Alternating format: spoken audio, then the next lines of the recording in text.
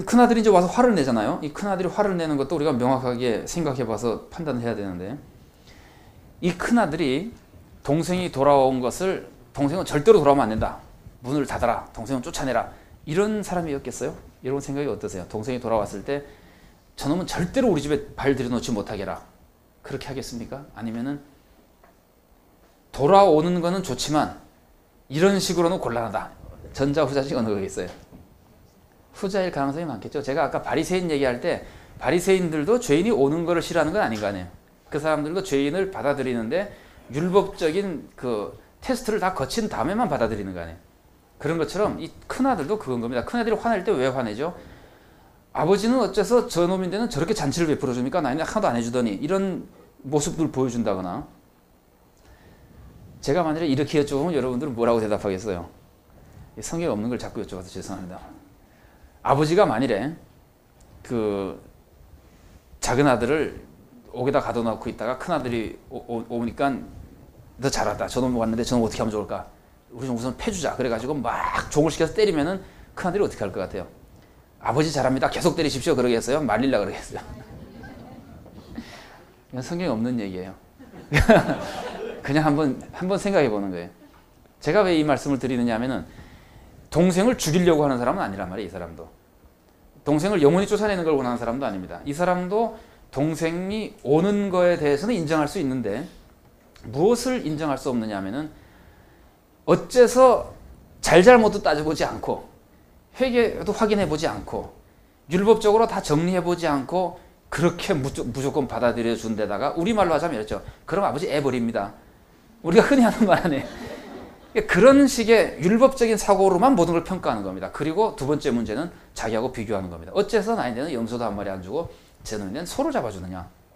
그래서 이 큰아들이 화를 내는 거, 동생에 대해서 화를 내고 아버지에게 분노하는 것은 크게 보면 이 두 가지 문제인 것 같거든요. 그럼 거꾸로 얘기하면은, 여기서 예수님이 가르쳐주고자 하는 것은 율법주의적인, 이 사람을 대할 때 율법주의적으로 대하는 것이 얼마나 나쁜 것인가, 또 율법적으로 대하는 것이 사람을 대하는데 좋은 것일 때도 있습니다. 제가 율법주의와 율법적이라는 말 일부러 좀 자꾸 구별했습니다만, 그냥 더 쉽게 율법적으로라고 표현하더라도요, 율법적으로 대하는 것이 좋을 때가 있습니다. 우리 한국교회 지금 걱정하는 것 중에 하나가 칠의가 없어서 문제라 그러지 말씀하잖아요. 칠의가 있어야 되거든요. 우리가 마태복음 18장에서 본 대로 예수님도 징계하라 그랬잖아요. 근데 그 징계가 항상 용서를 추구하는 징계지 파멸을 추구하는 징계가 아니잖아요. 그래서 이 율법적이라고 하는 것이, 징계를 하고 율법적으로 하는 것이 필요할 때가 있습니다.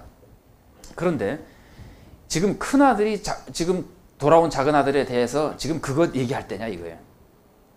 그러니까 어떻게 보면은 그 큰아들은 거기에 너무 굳어 있어가지고, 모든 것을 그 틀에서만 생각하는 것에 너무 굳어 있어가지고 상황 판단이나, 그러니까 사랑에서부터 우러나오는 그 율법 지키는 것이 안 되는 겁니다. 율법을 지켜도 사랑으로부터 출발해서 율법을 지켜야지, 율법을 어느 만큼 강조해야 될지, 율법은 제쳐놓고 우선 용서부터 해줘야 될지가 이게 사랑에서부터 우러나와야 되는데, 큰아들은 그런 것들에게 지금 문제가 있어가지고 철저하게 그 율법주의적인 것, 그래서 그 아버지의 지나친 환대에 이 사람이 지금 화를 내고 있는 겁니다. 그러나 아버지가 생각하기에는 지금 이 아들에게는 징계가 중요한 것이 아니라 용서가 우선 중요한 것이다. 이 사람 지금 회개하고 돌아왔는데 돌아오지도 못하게 거기서 몽둥이를 들고 서 있으면 어떡하냐 이거예요. 그래서 이런 차이점들이 이 사람의 문제점이라고 볼 수 있고요. 그렇다면은 우리도 신앙생활할 때 그 균형 있는 아주 적절하게 사람들을 대하고 판단하는, 그러니까 치리를 해야 될 때는 무조건 용서를 해주고, 무조건적인 용서가 필요할 때 법을 앞세우고 이러면은 이게 거꾸로 되는 거 아니에요. 제가 지난번에도 말씀드렸습니다만은, 같은 말씀을 적용할 때 적절하게 적용하지 않으면 그 말씀이 막 해가 될 수 있는 것처럼, 이 큰아들의 문제는 사실은 따지고 보면은 그런 문제가 더 크다고 볼 수 있습니다. 이 사람은 이제 동생과 자기를 비교하면서 화가 났는데, 사실은 자기가 받고 있는 은혜에 대해서 다 망각해버려서 그렇습니다. 그러니까 아버지가 가르쳐주잖아요. 내 것이 다 내 거 아니냐. 왜냐하면 그것이 다 큰아들 몫이잖아요. 그런데도 불구하고 그것에 대해서 생각하지 못하고, 특히 그 이 순간의 기쁨에 대해서 이 사람은 잘 이해를 못하고 있는 겁니다. 지금 아들이 죽은 줄 알았더니 살아왔다고 하는 그 기쁨에 대해서. 자, 그 본문 해석에 대해서는 그 내용을 우리가 생각해 본 중에 거의 나왔기 때문에 말씀을 안 드려봐도 될 것 같고요. 이 세 문맥 간의 연구의 모습에 대해서만 제가 조금 말씀을 정리해 본다면요. 이 세 비유는 일단 세 비유가 연거푸 나온다고 하는 것 자체가 일종의 반복법입니다. 그리고 반복법은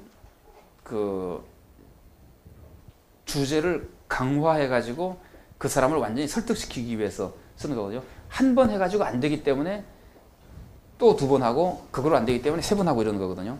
그러니까 물론 예수님이 그걸 목표로 해서 이제 이렇게 누가복음안에서 지금 예수님이 목표로 해서 하고 계시는 거지만 그 세 번의 반복을 조금씩 다르게 해가지고요. 목자에게 얘기했다가 목자를 얘기했다가 목자의 상황을 잘 이해하지 못하는 사람을 위해서 또 여인의 드라크마 얘기를 했다가 그것도 잘 이해하기 못하는 사람을 위해서 다시 또 그 아들의 얘기를 했다가 이런 거는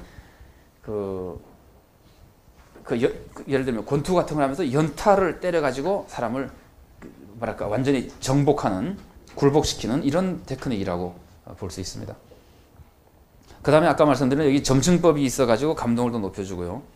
그 다음에 이름의 성격이 다르다. 이른 양의 모습은 양에게도 잘못이 있고 목자에게도 잘못이 있고 그런 기분이 좀 들죠. 그 다음에 이른 운전의 비유는 운전에 무슨 잘못이 있다고 얘기하기가 굉장히 어렵죠. 우선 그림 자체가. 그래서 독자들이 세리와 죄인이라고 하더라도 참 그 사람이 그렇게 본래 본시 악하고 한 사람이 아닌데 그렇게밖에 살지 못하는 거에 대한 것들을 사람들이 적어도 바리새인과 서기관들의 입장에서 한번 좀 생각해보고, 여러분 그렇잖아요. 어느 가정에서 태어났느냐에 따라서 태어날 때부터 그 여건이 쉽고 부드럽게 착하게 살 수 있는 여건이 훨씬 잘 조성된 사람도 있고 아주 험악하게 살다가 나중에 회개해야 될 사람도 있고 그럴 거 아니에요. 그런 것들을 바리새인들이 모든 것을 동등하게 그냥 문자만 딱 갖다 놓고 막 이렇게 정죄하는 것을 하지 못하게 하는 그런 역할을 이 세 비유의 그림이 좀 다름으로 인해서 해준다고 볼 수 있습니다. 그 다음에 찾는 모습이 다른 것도, 앞에 두 비유는 주인이 찾는 것을 강조하고 마지막 비유는 아들이 돌아오는 것을 강조함으로써 뭐랄까요, 앞에 두 비유, 찾는 것을 강조하는 비유는 예수님의 사역을 변호하는 것이고, 예수님이 막 죄인들을 찾아다녔잖아요. 그 다음에 구원이 하나님께 있다고 하는 것, 아니면은 먼저 믿은 자들의 사명을 강조하는 것이라고 하면은, 마지막 비유는 돌아오는 것을 강조함으로써 돌아오는 길을 열어준다거나 하나님의 사랑과 돌아오는 문제, 그리고 회개에 있어서는 인간의 책임도 있는 것이다. 하나님이 부르시고 찾고 하지만 돌아오는 사람의 결단과 책임도 있는 것이다 하는 것들을 같이 보여줌으로써 균형을 잡아준다고 볼 수 있고요. 앞에 두 비유에서 벗과 함께 즐기죠, 그죠? 이웃을 불러다 즐기죠. 이웃을 불러다 같이 즐기는 것은 탕자의 비유에서 큰아들이 얼마나 지금 잘못하고 있느냐 하는 것을 더 부각시켜 줍니다. 아니, 양 한 마리를 찾아도 이웃이 같이 와서 즐거워하는데 아들을 찾았는데 형이 즐거워하지 않는다는 말이에요. 그러니까 얼마나 이게 왜곡된 모습인가 하는 것들을 우리들에게 보여준다고 볼 수 있습니다. 내용은 그 정도로 제가 소개해드려야 될 것들은 정리가 됐다고 볼 수 있고요. 이 적용 부분은 제가 늘 하고 나서 항상 죄송합니다. 이거는 훨씬 잘하시는 목사님들이 계시는데 칸 묘기를 하느라고 제가 적용 부분을 더 써놓긴 했는데 부끄럽습니다. 목사님들이 더 잘 하실 것으로 믿고 오늘 거기까지 하겠습니다.